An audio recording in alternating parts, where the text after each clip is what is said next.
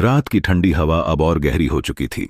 राघव और आस्था कुएं के पास बैठे थे, दोनों के हाथ एक दूसरे में कसकर बंधे हुए। पहली बार दोनों ने डर, झूठ, दर्द सब पीछे छोड़कर एक दूसरे को सच में पकड़ा था। पर तभी गांव की कच्ची सड़क से एक बाइक की आवाज गूंजी। राघव ने सिर उठाया। ये इतनी रात को कौन? बाइक आकर कुएं के सामने ही रुकी। हेलमेट उतरा और सामने खड़ा था वही इंसान जिसका नाम सुनकर भी आस्था की आंखों में डर उतर आता था। आर्यन, राघव का पुराना दोस्त और आस्था का भूतकाल।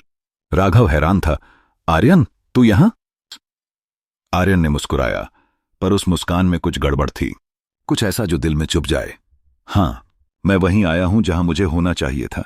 उसकी नजरें आस्था पर टिकी थीं। आस्था का चेहरा फीका पड़ गया। उसने धीमी आवाज में कहा, तुम वापस क्यों आए हो आर्यन?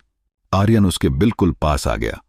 क्योंकि तुमने कभी क्लियर नहीं किया था आस्था, तुम गायब हो गई बिना एक वजह बताए।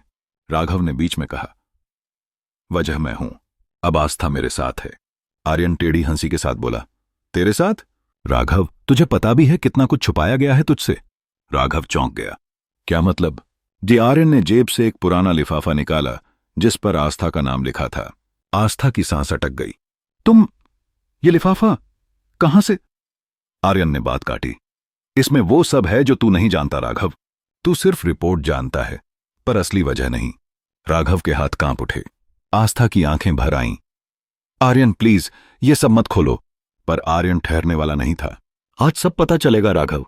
उसकी आवाज कठोर थी, क्योंकि आस्था सिर्फ बीमारी से नहीं भागी थी, वो किसी और चीज से भाग रही थी जो तुम सोच भी नहीं सकते। कुएं के आसपास की रात अचानक भारी हो गई। राघव की सांसें तेज हो गईं और उसी पल आर्यन ने लिफाफा राघव के हाथ में दे दिया। राघव की उंगलियां कांप रही थीं। आस्था रोते हुए बोली, राघव, अगर तुम ये खोलोगे तो हमारे बीच सब बदल सकता है। राघव ने उसकी तरफ देखा।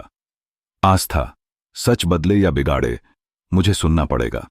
लिफाफा खुलने ही वाला था और पार्ट 11 में लिफाफे का सच राघव, आस्था और आर्यन तीनों की दुनिया को बदल देगा।